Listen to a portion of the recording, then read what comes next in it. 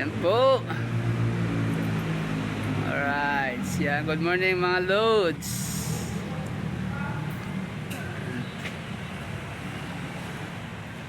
Ayan.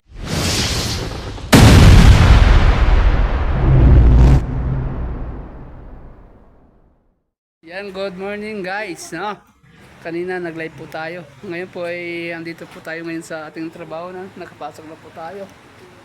Yan po ay kasama natin. Yung iba may biyahe.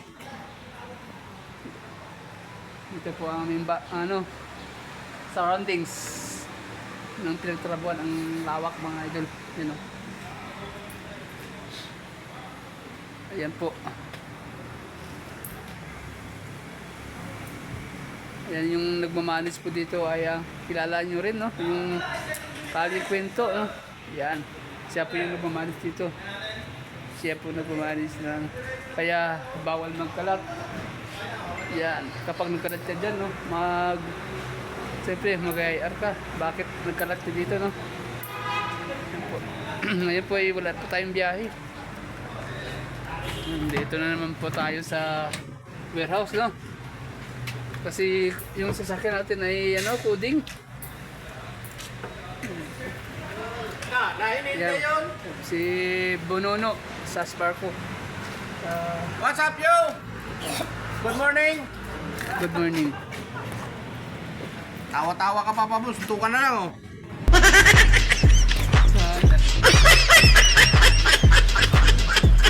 Ayan, magkamada na naman tayo ng slab, mga lods.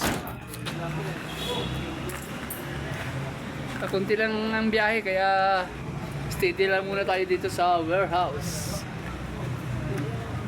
Malayo. Iabot yung wifi. Yan po, coding.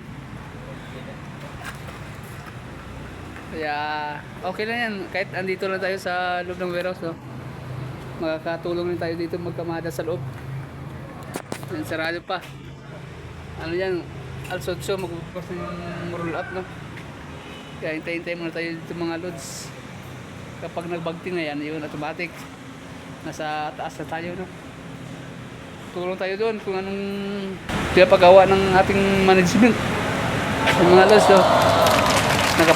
Napakabilis ng ating biyahe, no? Bali ano lang asiro tanto ninyo at saka ang pasok natin ay dito sa Tibikay, Taguig, no?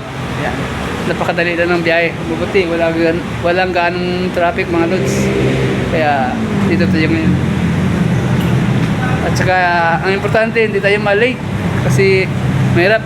Baka hindi tayo magkamit ng incentive kasi buwan-buwan dito may incentive mga lods. Wow. Pag perfect mo 2.5. Ayun, kailangan masok tayo ng maaga, no? Yan, kasama natin si Katiting. Yan, Katiting. Yan po ang ating kasama dito ngayon. Walang biyahe, no? Hintay-hintay muna tayo dito, baka may pahabol na biyahe sa Bataan. Kaya makapalayo pa tayo ng biyahe, no? Alright, mga lods, hanggang dito na lang muna. At good morning.